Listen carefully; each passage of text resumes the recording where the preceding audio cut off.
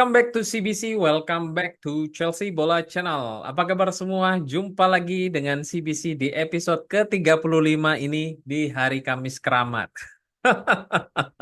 Kenapa keramat? Ya, karena hari ini itu merupakan hari terakhir bagi semua klub untuk melakukan pendekatan kepada seluruh pemain incerannya ya. Mengingat hari Jumat besok, tanggal 30, itu adalah hari negosiasi dunia.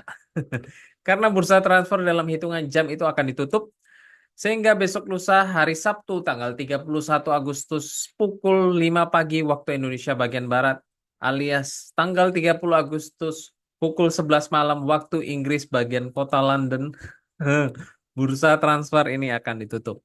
Jadi dalam 48 jam ke depan kita akan mendengar here we go again and again and again ya. Oke, seperti biasa sebelum kita membahas topik utama, kita masuk dulu ke segmen klarifikasi. Ya, seperti yang CBC sampaikan ya pada episode kemarin teman-teman. Apakah teman-teman sudah ada yang mendapatkan opini di luar sana yang melakukan penilaian kepada Chelsea dengan tidak objektif? Apabila ada, silakan teman-teman sampaikan di kolom komentar CBC supaya nanti kita akan bahas dan roasting bareng di channel ini. Dan roastingnya nanti jangan khawatir, harus berdasarkan data dan fakta ya. Oke, jangan lupa guys. Dan kali ini kita akan bahas dari salah satu sobat CBC yang menanyakan kenapa Chelsea itu tidak ada sponsor di jersey bagian depan. Oke, sebenarnya CBC ini beberapa waktu lalu sudah menjelaskan di episode beberapa mungkin 5 atau 6 waktu yang lalu ya. Tapi nggak apa-apa. CBC coba jelaskan lagi, mungkin ada sobat CBC yang baru saja bergabung atau baru saja menonton channel CBC ini. Oke, sebelum masuk ke simpulan ya, CBC coba mengambil beberapa penjelasan dari beberapa sumber ya, supaya jangan nanti dikira CBC ini mengarang atau halu lagi. Oke, dikutip oleh Lou Class, Chelsea akan memulai musim ini tanpa sponsor depan mereka dan mereka akan mencari 1 tahun kontrak. Kemudian dari Dan Sheldon, pengumuman kesepakatan jangka pendek terkait jersey sponsor diharapkan segera terjadi. Orang-orang di kedua belah pihak yang mengetahui kesepakatan kemitraan telah menjelaskan bahwa Infinite Athlete tidak akan menjadi sponsor depan di musim depan bagi jersey Chelsea. Masih dari Dan Sheldon, kegagalan Chelsea untuk kualifikasi Liga Champions membuat mereka berada di posisi yang sama seperti tahun lalu. Tidak ada harapan bahwa Infinite Athlete akan menyimpang dari rencana strategis mereka dan berkomitmen untuk menjadi sponsor kaos depan untuk 2 musim berturut-turut. Next, dikutip dari Carefree Youth, Chelsea tidak akan mau merekrut sponsor jangka panjang untuk front of shirt di musim ini seperti tahun lalu. Mengapa? Ya, karena mereka menginginkan sepak bola Liga Champions sebelum terikat dalam kesepakatan. Kita mungkin akan terbiasa tanpa front of shirt sponsor. Next dari Lou Class, Chelsea sedang berjuang untuk menemukan sponsor lini depan, tetapi tidak mengalami kesulitan menarik minat mitra tingkat bawah. 2 kemitraan regional baru, 8xBet, XBet dan M-Sport, dan 3 kesepakatan Vico, Skrill, Verizon dengan sponsor tur pramusim itu telah diumumkan pada akhir-akhir ini. Next dari Ben Jacobs, Infinite Athlete tidak lagi menjadi partner jersey bagian Chelsea bagian depan. Perpanjangan kontrak 1 tahun lagi telah dibahas selama pramusim. Sebaliknya, Infinite Athlete akan bermigrasi ke sponsor bagian lengan di sesi jersey training sesuai perjanjian awal yang dibuat di tahun lalu. Chelsea sedang mencari mitra baru untuk front of shirt dengan jangka pendek. Oke, CBC rasa sudah jelas ya atas penjelasan di atas ya. Jadi mungkin CBC tambahkan. Jadi Chelsea ini kan 2 musim lalu itu tidak qualified untuk Champions League, oke? Sehingga para sponsor besar itu tidak lagi tertarik ya untuk bekerja sama eh, di sponsor utama di logo depan dari jersey, ya. alias menjadi sponsor utama. Iya dong. Nah, coba teman-teman ini bertindak sebagai owner ya dari suatu perusahaan di Eropa. Apakah mau membayar Chelsea yang tidak bermain di Liga Champions dengan nominal 11-12 dengan Aston Villa yang bermain di Champions League? Sedangkan segmentasi customer perusahaan teman-teman itu lingkupnya itu sudah skala internasional. Tentu saja itu teman-teman akan lebih memilih klub yang bermain di Liga Champions karena semua mata itu tertuju di Champions League dibandingkan Europa Cup ataupun Conference League. Apalagi itu nominalnya itu beda tipis 11-12. Oleh karena itu Chelsea ini kesulitan mencari sponsor utama mereka yang di mana mereka tuh mau dapat uang besar dari sponsor yang atau brand besar. Tapi sepertinya manajemen Chelsea ini tidak sadar diri ya. Kalau mereka itu tidak bermain di Champions League. Jadi para perusahaan besar ini enggan ya bila logo sponsor mereka yang mereka jadikan ajang untuk promosi ini hanya dapat dilihat oleh penonton ya di Liga Inggris ataupun Conference League. Karena produk yang mereka eh, sebarkan ke seluruh pelosok beberapa negara di seluruh dunia itu menjadi eh, sia-sia gitu loh sponsorship tersebut. Ya nggak usah jauh-jauh ya. Contoh saja Samsung, ya. Brand besar yang berani sampai 10 tahun menjadi sponsor dari Chelsea pada tahun 2005 sampai 2015 saat Chelsea masih berjaya. Nah, Samsung itu kan produknya itu sudah di mana-mana ya, di seluruh negara, hampir di seluruh negara mungkin. Dan dari sumber terpercaya, Samsung ini tidak memperpanjang kontrak lagi karena pengeluaran mereka itu eh, dalam sponsorship itu telah memenuhi sebagian dari target penjualan yang untuk mereka capai. Ketika mereka pertama kali menandatangani kontrak di tahun 2005, di mana dalam satu dekade itu sponsorship dari Samsung itu telah berhasil meningkatkan pengenalan merek mereka ya, branding awareness sehingga di Eropa maupun di seluruh dunia sehingga meningkatkan penjualan atas produk mereka. Oke, karena Ekbali ini dan Blue Consortium ini baru join di industri sepak bola, mereka melihat eh, hal tersebut dan mereka mengiler ya, melihat duit yang diterima oleh klub-klub besar atas sponsorship dari brand-brand besar ya, setiap musimnya. Dan setelah 2 tahun mengamati dan mempelajari budaya di industri sepak bola, barulah Ekbali ini dan Bluko itu mulai menyadari bahwa Chelsea ini tidak bisa dibiarkan dengan kualitas yang biasa-biasa saja. Karena dengan begitu maka akan mencapai minimnya prestasi. Maka mereka ini imbasnya tidak akan dilirik oleh brand-brand besar dan tidak akan mendapatkan uang dari brand besar tersebut. Oleh karena itu, di musim 2024, ya meskipun sedikit terlambat, mereka itu berusaha membenahi kualitas tim utama dengan mendatangkan pemain-pemain yang lebih matang dari sebelumnya, yaitu Pedro Neto, Joe Felix, dan serta beberapa pemain potensi lainnya seperti Victor Osimhen ataupun Ivan Toney. Ya, sedikit terlambat ya, karena mereka itu baru menyadarinya pada saat mereka kesulitan mendapatkan sponsor untuk brand besar yang mengisi sponsor utama mereka. Oke, sudah cukup clear ya saya rasa untuk sponsor utama ini. Oke, kita move ke topik utama yaitu bursa transfer.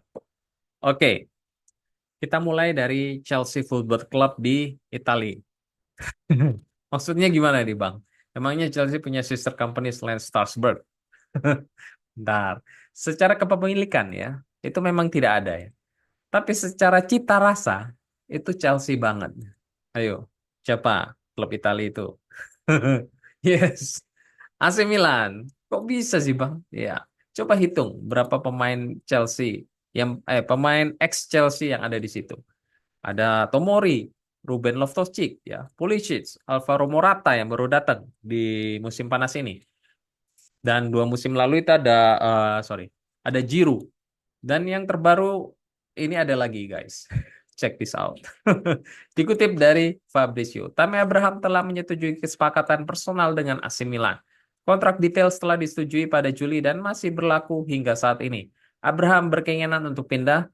West Ham dirumorkan untuk eh, dan digambarkan oleh beberapa sumber itu melenceng jauh dari target. Tidak ada negosiasi. Oke, good luck dari CBC buat Abraham. Jadikan AC Milan seperti Chelsea untuk meraih Scudetto. Oke, next kita membahas pemain Akademi Chelsea yang saat ini posisinya masih dipinggirkan. Dikutip dari McGrath Mike, Crystal Palace bersiap melakukan upaya yang terlambat untuk mendaratkan Trevor Chalobah. Next dikutip I am Redmos, Man, Trevor Chalobah telah mengesankan banyak orang di Chelsea dengan cara dia menangani segala hal yang diberikan kepadanya. Chelsea mungkin akan mendengarkan tawaran Axel Disasi sebagai gantinya. Oke, CBC berharap ya owner ini dapat berubah pikiran sehingga Chalobah itu dapat menemukan kembali ritme permainan yang solid waktu dulu duet bersama Thiago Silva. Next, ada shocking news. Dikutip dari Court of Sight, Aston Villa tertarik dalam pergerakannya yang terlambat untuk menandatangani Nicholas Jackson dari Chelsea. Gimana nih para pengkritik Nicholas Jackson? Apa rela ditinggal oleh Jackson ya?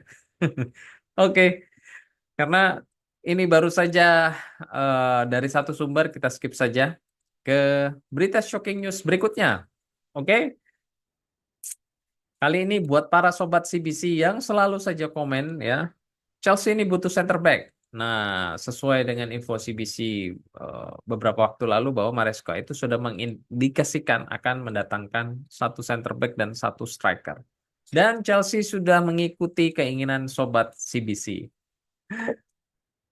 Chelsea memiliki Thomas Araujo dalam daftar pemain yang diincar jika ada bek yang pergi di hari-hari terakhir. Tidak ada tawaran pada tahap ini, tetapi Araujo sangat mengapresiasinya. Dikutip dari Fabrizio, Chelsea memiliki Thomas Araujo dalam shortlist mereka jika ada bek yang pergi di hari-hari terakhir. Tidak ada tawaran dalam tahap ini, tapi Araujo itu sangat mengapresiasi menurut CNN Portugal. Paris Saint-Germain menginginkan Araujo seandainya Milan Skriniar menerima tawaran dari Al Nassr. Masih dari Fabrizio, Chelsea masih tertarik untuk Thomas Araujo. Chelsea berharap satu defender akan pergi dan itu bisa jadi Chalobah. Benfica tidak mau menjual. Yang terakhir update dari Tansilioi. Chelsea sedang dalam pembicaraan dengan Benfica defender Thomas Araujo tanpa membuat penawaran. Mereka telah menghubunginya untuk mencoba menemukan kesepakatan. Oke, ya, semoga dapat segera terrealisasi mengingat waktu yang semakin dekat ya teman-teman. Kita harapkan center back ini Araujo ini dapat mingle dengan segera dengan siapa Cowell ya, sambil nunggu Fofana kembali ke perform terbaiknya. Oke, next kita kali ini membahas tiga pemain sekaligus, yaitu Sancho, Sterling, dan juga Chilwell. Dikutip dari Di Marzio, Juventus pada jam-jam ini dia akan membuat penawaran resmi pertama untuk peminjaman Sancho dari Manchester United dengan sebagian gaji ditanggung oleh Manchester United. Namun Manchester United meminta peminjaman dalam jumlah yang besar. Oke, dikutip dari Miguel Denali, Manchester United dan Chelsea meningkatkan pembicaraan mengenai Chilwell. Mereka memang membutuhkan bek kiri, namun nominalnya masih jauh dari kesepakatan. Dan kesepakatan apapun hampir pasti akan terkait Jadon Sancho. Crystal Palace enggan mengambil Sterling. Wow. Oke, next dari Di Marzio. Juventus saat ini bergerak cepat untuk menandatangani Jadon Sancho untuk menggantikan Chiesa. Ya, kita tahu Chiesa ini sudah here we go tadi malam ke Liverpool ya teman-teman. Oke, next kita lanjut dari Miguel. Manchester United telah menolak kesepakatan kepindahan Chilwell. Sterling masih sedang didiskusikan. Wah, Chilwell nih. Next dikutip dari Mike Kegan _DM, dana transfer Manchester United hampir kosong setelah mendatangkan Manuel Ugarte. Ada anggapan bahwa nama klub digunakan dalam upaya untuk menyingkirkan penawaran terkait Ivan Toney, Ben Chilwell, dan Raheem Sterling.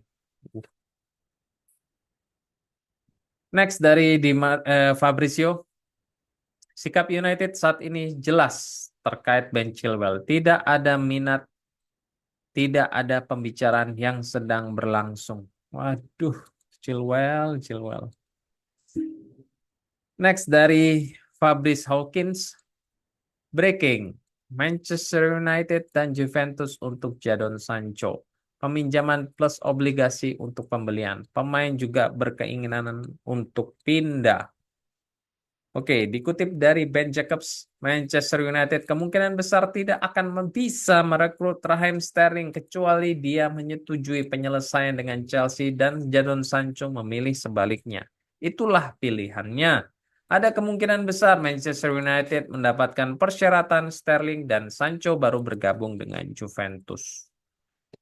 Wow, drama ya guys. Next dari Fabrizio. Chelsea tidak berkeinginan untuk menandatangani Jadon Sancho dengan uang yang besar dan tidak ada pemain yang terlibat. Mereka tidak akan mau melakukan kesepakatan macam ini. Jika United mau Raheem Sterling, baru itu akan berjalan dengan sempurna. Sancho terbuka untuk Juventus dan Chelsea. Oke, next dari Samisi underscore reports. Belum ada kesepakatan yang tercapai dengan Manchester United dan Juventus untuk Jadon Sancho meskipun mereka dianggap sebagai yang terdepan. Oh, dikutip dari Cafe Solenhall, Chelsea sedang mencoba untuk menyetujui kesepakatan dengan klub-klub peminat yang dapat diajukan kepada Raheem Sterling dan penasehatnya sebelum batas waktu hari Jumat. Pemain tidak terlibat dalam diskusi klub ke klub manapun. Dia terbuka untuk mengambil bagian dalam pembicaraan setelah kesimpulan dari negosiasi konstruksi klub.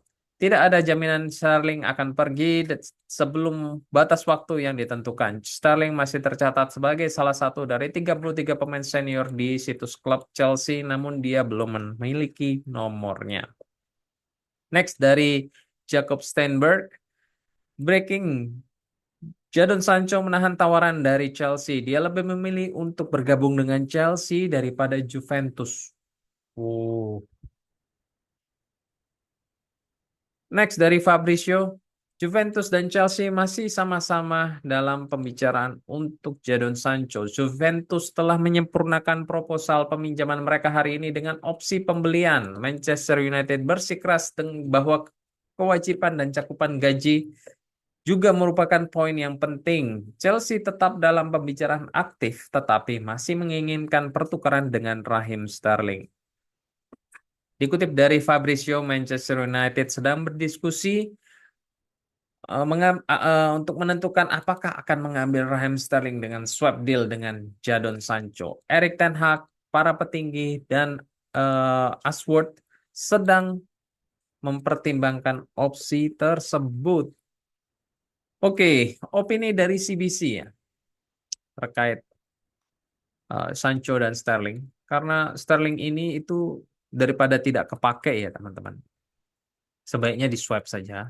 Karena waktu itu sudah semakin dekat dan tidak mungkin lagi klub lain itu akan menarik Sterling karena gajinya yang besar ya. Lagian Sancho pun itu sebenarnya masih muda. Sedangkan Sterling itu sudah 29 tahun. Jadi secara growth dan value ya for money lebih besar Sancho daripada Sterling. Ya, gimana pendapat teman-teman semua? Karena kita juga tidak bisa menolak Sancho, uh, juga tidak adanya klub yang tertarik untuk mengambil Sterling, yaitu selain Manchester United. Tuliskan pendapat teman-teman di kolom komentar. Oke, bursa transfer yang terakhir, yang paling ditunggu-tunggu. Ya, ini ibarat pamungkasnya ya guys. Sobat CBC diharapkan bersiap-siap karena CBC akan membawa teman-teman bertualang dalam drama series yang penuh intrik, menguras emosi, dan juga pikiran buat para sobat CBC. Yang tidak kuat, baik jiwa dan mental, CBC mengharapkan teman-teman segera mematikan video ini.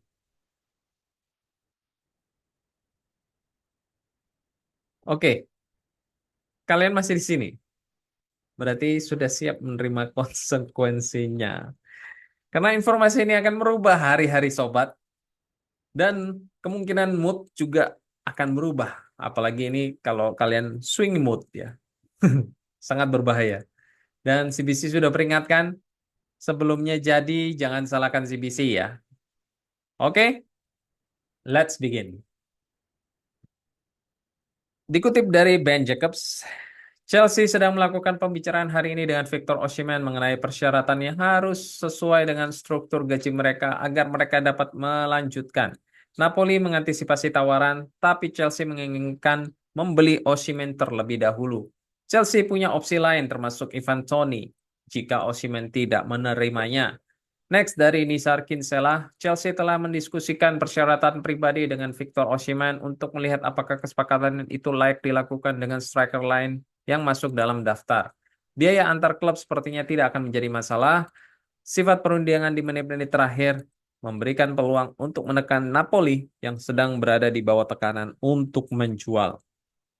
Ya, seperti apa yang dikatakan CBC ya kemarin, satu-satunya klub Eropa itu adalah Chelsea karena PSG itu sudah menarik diri. Jadi ini berita bagus karena klausul antar klub itu sudah tidak ada. Masalahnya tinggal Victor. Ya, apakah bisa menurunkan egonya sedikit untuk menerima term condition untuk kontrak pribadi dengan Chelsea atau tidak? Next, dikutip dari Di Marzio, Al-Ahly tidak menyerah. Klub Arab itu siap meluncurkan kembali untuk memberikan tawaran terbaru untuk meyakinkan penyerang. Oh. Lanjut dari Di Marzio, Victor Osimhen sekarang terbuka untuk Al-Ahly Arab Saudi. Dikutip dari Nisar Kinsella, Chelsea memulai kontak dengan agen Victor Osimhen pada Selasa malam saat Napoli bersiap untuk penawaran terbuka. Osimhen telah memberi lampu hijau kepada Chelsea untuk merekrut mereka musim panas ini di tengah keraguan apakah persyaratan pribadi itu dapat disepakati. Lanjut dari Nisar, berdasarkan sumber yang dekat dengan Chelsea mengatakan bahwa mereka mempunyai beberapa target striker termasuk Brentford Ivan Toney. Bagaimanapun juga Osimhen adalah list terutama dari Chelsea. Oke, dikutip dari Fabrizio, Al-Ahly manajemen mempersiapkan untuk perjalanan ke Italia untuk mencoba terlebih dahulu maju kepada Osimhen. Tidak ada perubahan sebagaimana Chelsea masih dalam pembicaraan dengan Osimhen terkait personal terms dan gaji. Osimhen Al-Ahly hanya mungkin jika Chelsea tidak mencapai kondisi kesepakatan dengan Victor. Uh,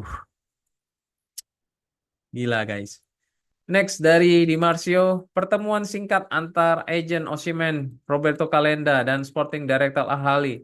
Negosiasi menjadi kenyataan. 30 juta euro per tahun ditawarkan kepada penyerang selama 4 tahun. Jika Osimhen mengiyakan, kedua klub akan berusaha mencapai kesepakatan mengenai angka tersebut. What the? Oh my God. Hmm. Al-Ahly menawarkan Victor Osimhen 25 juta pound sterling per tahun untuk 4 tahun. Hampir 500.000 per minggu. Huh. Next dari Fabrizio, Al-Ahly sekarang terbang untuk bertemu Osimhen, agennya dan keluarganya, dan mereka sekarang mempersiapkan untuk memasukkan release clause. Semua sekarang tergantung Chelsea. Jika Chelsea dapat setuju gaji saat ini dengan Osimhen, dia akan berangkat ke London. Jika tidak, dia akan mengucapkan terima kasih dan pergi ke Saudi. Dikutip dari Fabrizio, memahami proposal Al-Ahly untuk Victor Osimhen termasuk release clause di mana merupakan poin krusial yang diminta penyerang asal Nigeria tersebut. Pembicaraan akan dilangsungkan secara langsung dengan manajemen Al-Ahly di Italia untuk pembicaraan secara langsung. Sementara Chelsea masih terus bernegosiasi mengenai persyaratan kontrak dengan Victor. Jika itu ada poin kuncinya dan ahli menyetujuinya, maka kita tahu apa yang akan terjadi selanjutnya, terutama saat mereka terbang ke Italia.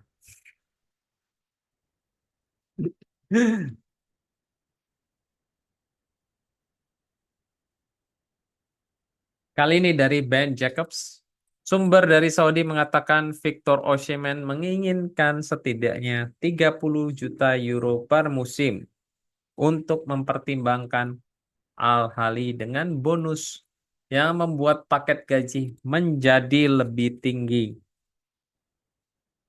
Victor Osimhen juga mengharapkan adanya release clause.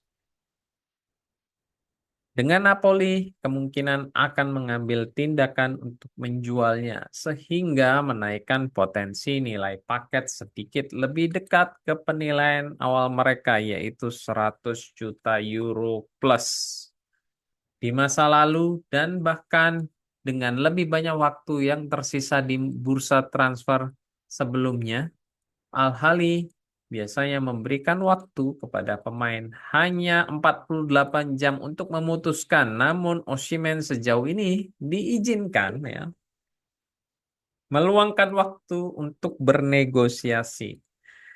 Chelsea tidak bisa dan tidak akan memenuhi persyaratan yang diusulkan seperti Al-Ahly dari Saudi. Namun masih berusaha untuk mendapatkan pembelian pemain. Merasa negosiasi dengan Napoli tetap akan lebih lancar dibandingkan di sisi pemain. Osimhen tetap membuka semua opsi, namun Chelsea akan beralih ke target lain jika striker Nigeria itu tidak setuju untuk menyesuaikan diri dengan struktur gaji mereka. Wow. Next dari Sky Cafe. Chelsea sekarang sedang melihat target alternatif untuk mengisi posisi striker sebagaimana Al-Ahly diyakini lebih berharap bisa mendapatkan kesepakatan untuk Victor Osimhen. Aduh. Next dari Fabrizio. Rencana yang terungkap kini terkonfirmasi.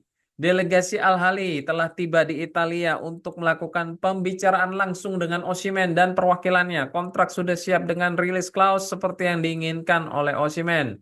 Mereka Chelsea dalam pembicaraan aktif dengan Osimhen mengenai gaji. Kesepakatan Al-Ahly hanya terjadi jika pembicaraan dengan Chelsea gagal. Nah, sudah di Italia, guys. Perwakilan dari Al-Ahly. Next dikutip dari Sacata Voleri, Osimhen memberikan Chelsea waktu 24 jam untuk menyetujui kesepakatan personal tentang dia. Oh, next dari Di Marzio, penawaran yang dibuat oleh Chelsea kepada gaji Victor Osimhen itu sangat rendah untuk saat ini. Hal ini tidak ada kesepakatan untuk saat ini. Oh, oke.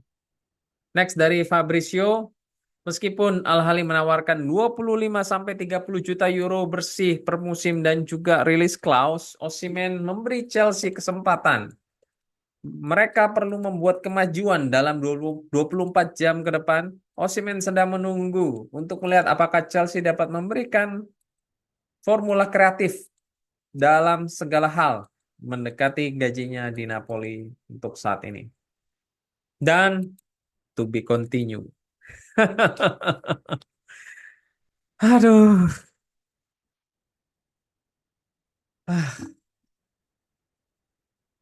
gimana guys? Are you still alive?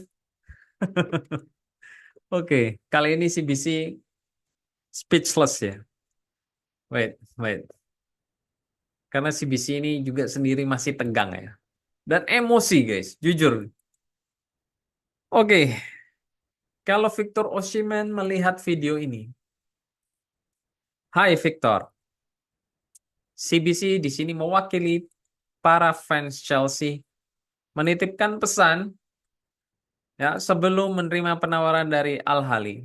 Coba Dek Victor ini merem sejenak ya. Bayangkan Dek Victor ini bermain dengan playmaker dari Cole Palmer di Premier League ya, di Eropa dan juga Nkunku. disertai umpan-umpan matang dari Enzo Fernandez dan disuplai bola juga dari Pedro Neto di sisi sayap dan Felix serta oleh Madueke di sisi kanan. Jadi Dek Victor ini tidak perlu lagi berusaha keras seperti bermain di Napoli. Dek Victor ini tinggal berdiri, positioning. Ya, nanti bola itu akan datang sendiri ke Dek Victor. Gimana? CBC ini berharap Dek Victor ini turunkan sedikit lah, ya, egonya dan rendah hatilah sedikit, ya, untuk menerima tawaran dari Chelsea, ya, supaya Dek Victor ini tetap bermain di Liga Eropa dan Liga terbaik kasta tertinggi di dunia di Liga Inggris serta menjadi pemain terbaik di dunia dengan menerima Ballon d'Or. Oke, deal ya Dek Victor. Sudah, sudah. Nanti ada yang komen lagi di channelnya CBC. Kebanyakan halu lubang. Oke, untuk menutup video ini CBC menyampaikan update terbaru dari drawing Carabao Cup di mana Chelsea akan melawan Boro AFC. Ya, Boro AFC ini klub dari League Two, ya. Sehingga besar kemungkinan Chelsea akan menurunkan para pemain muda atau para pemain yang tidak perform untuk mendapatkan menit bermain. Dan terima kasih kepada para panitia dan sistem di Carabao Cup. Oh iya, satu lagi. Jangan lupa nanti malam ya, jam 1.30 ada pertandingan Conference League, Playoff League kedua antara Servette melawan Chelsea di Swiss ya, di kandangnya Servette. Jangan lupa setel alarm ya teman-teman. Dan sebelum kita masuk ke prediksi line up CBC, ya, CBC mau mengumumkan informasi terkait kondisi training ground ya saat ini. Dikutip dari Kiryut Free, di goalkeeper ada Bettinelli, Jorgensen, dan Sanchez. Di back ada Achempong, Badiashile, Colwill, Disasi, Fofana, Tosin, Cucurella, Viega. Di mid ada Caicedo, Casadei, Dewsbury Hall, Felix. Di lini serang ada Felix, George, Madueke, Mudryk, Nkunku, Palmer, serta Gu dan Jackson. Tidak ada Petrovic dan Gusto, Chukwuemeka, Lavia maupun Neto. Sedangkan Reece James ini masih tidak berlatih bersama skuad. Saat pre-match conference kemarin ya, Enzo Maresca menjelaskan bahwa Pedro dan Gusto ini tidak ada di skuad besok untuk proteksi. Sedangkan Romeo Lavia itu cedera, jadi kemungkinan juga absen pada saat hari Minggu melawan Crystal Palace. Begitu juga dengan Reece James ya, di mana diharapkan baru dapat kembali setelah jeda international break. Oke, line up prediction. CBC memprediksikan Maresca akan bermain inverted left back dan kali ini Viega yang bertugas sebagai inverted. Kemudian di goalkeeper ada Jorgensen, di left center back itu ada Badiashile, di central center back itu ada Tosin, dan di right center back itu ada Disasi. Di midfielder ada Casadei, di attacking ada Dewsbury Hall, dan di sisi kanan ada Nkunku. Midfielder dan di sayap kiri itu ada Joe Felix dan di sayap kanan itu ada Mudryk dan di sisi striker adalah Guiu. Guiu. Ya, squad ini nampaknya yang akan diandalkan ya mengingat minggu besok itu Chelsea akan melawan Crystal Palace jadi perlu istirahat ya untuk beberapa pemain kunci seperti Palmer, Madueke, Neto, Jackson, Gusto ya. Jadi CBC berharap karena sudah mengantongi kemenangan 2-0 kita dapat go through to the next round ya di Conference League ini dengan menurunkan pemain-pemain yang butuh jam terbang lebih lagi. Oke, that's all di episode ke-35 kali ini. Terima kasih buat teman-teman yang selalu setia menonton channel CBC ini. Jangan lupa bantu support channel CBC ini dengan subscribe, like, dan share ke teman-teman fans Chelsea lainnya. Oke, have a nice day and keep the blue flag flying high. Come on you Blues.